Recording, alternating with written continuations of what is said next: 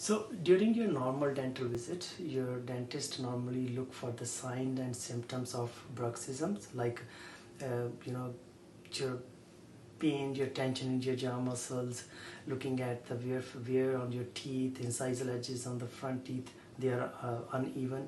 So at that time, they will watch it for a few times before making their diagnosis for bruxism. For the treatment of bruxisms, normally most of the time night guard, which is a plastic kind of a piece, that works best, and so it absorbs the forces that when you bite or grind your teeth at night time. In very some rare cases when it's very like a severe bruxism, you may need some kind of surgery to correct some damage at your TMJ.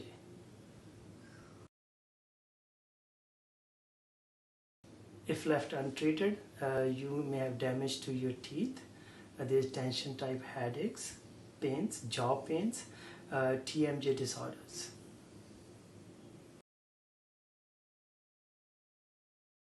If you consistently wake up with a pain in your cheek area, some tenderness, or you could not sleep well and you woke up because of the pain, or you wake up because of the grinding of your teeth, or your sleep partner tells you that you're grinding loudly at night, that is a good time to see your dentist.